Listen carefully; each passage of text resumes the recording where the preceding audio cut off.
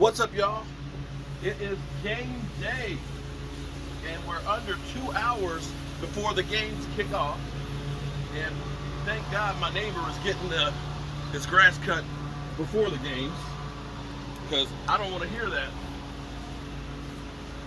while we're watching the games. And I'm, of course, doing what I do here at Broke Ass Media.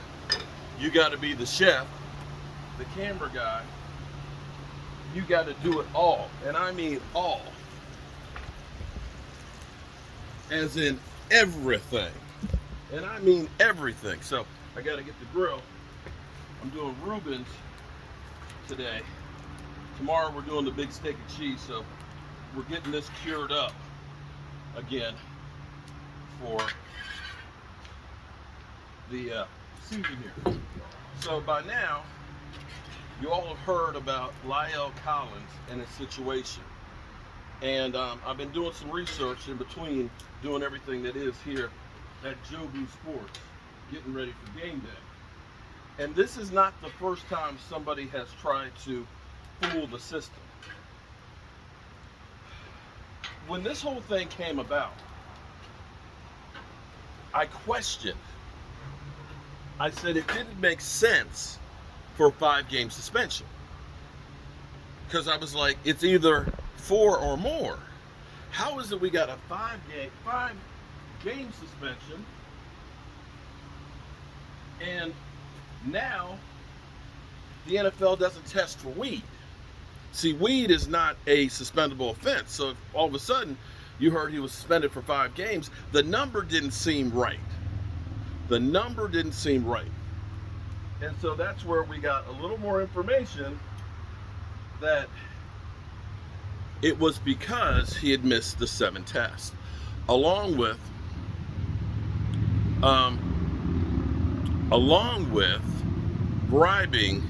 attempted bribing a tester. Now these testers make about $30,000 a year.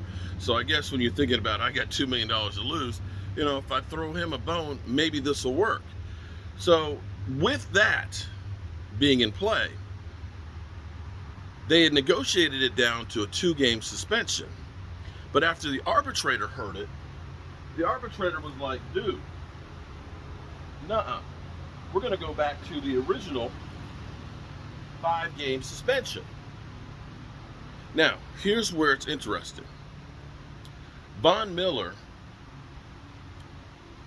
originally tried to fake a sample. Basically, he did a drug test, and the second person who looked into it realized Von Miller wasn't in the town that he took the test in. Somebody else took the test for him. And he ended up getting a 5-game suspension. And upon further review, the way the rules stipulated is it could actually have been a 1-year suspension for basically cheating. Okay? They're saying, listen, you're dirty.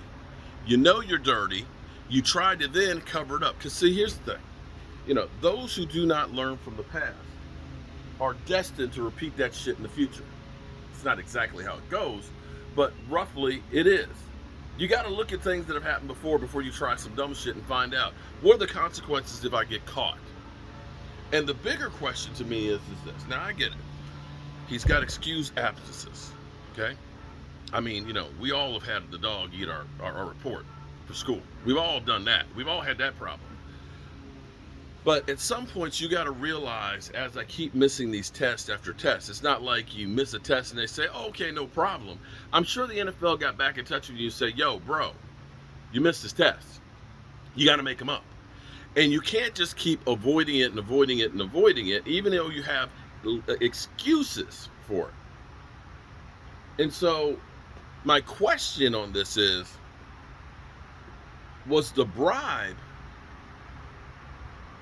to take the sample that he was supposed to give and have it as a clean sample, or was the bribe to say that I took the test and I wasn't unexcused? Because that's the real question here.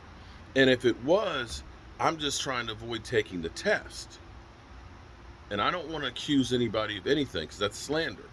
But, knowing that he had hip problems last year, knowing that he had the weight problem last year, which led to the hip issue, knowing that, and looking at how svelte he was this season coming in, and you saw him working out with Dak Prescott and stuff, and you were like, oh man, he's got that shit together this year.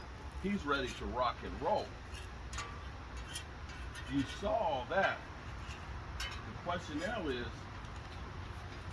was he taking something that he really should not have been taking, and he was worried about that result coming to light?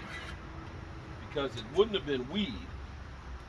It wouldn't have been weed that he would have been worried about, because that is not one that they test for. I don't know, but the thing that's crazy is the fact that he had actually gotten a reprieve that it was reduced down to 2 games, and you decided to push it even more. Dude, I get it. Shit happens. You weren't there. Uncle's funeral, Marcus Paul dying, COVID.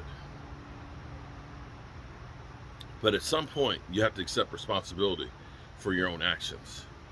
You've got to understand that this is my job and these are the rules. And if I don't abide by them, then what's going to happen is going to happen. And that's what happened here. And on top of it, you actually had gotten a break and you weren't satisfied with that. That's where I'm just kind of like, dude.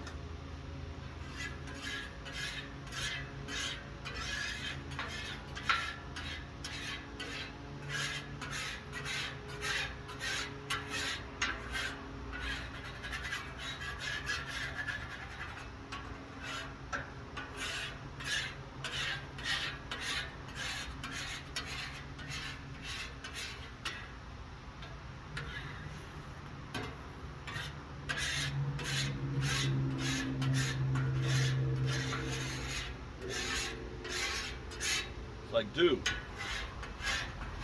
you should have quit while you were ahead. Now, you better, at this point, after this news coming out, I think the best thing for La'el Collins is withdraw this appeal.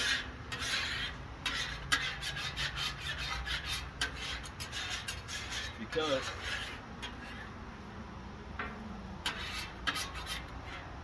what you might find out is that 1 year could be back on the table.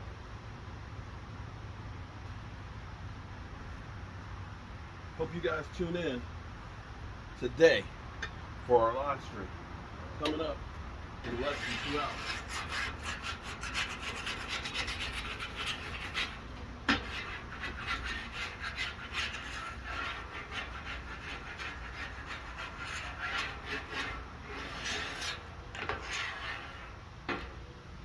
I'll see you there.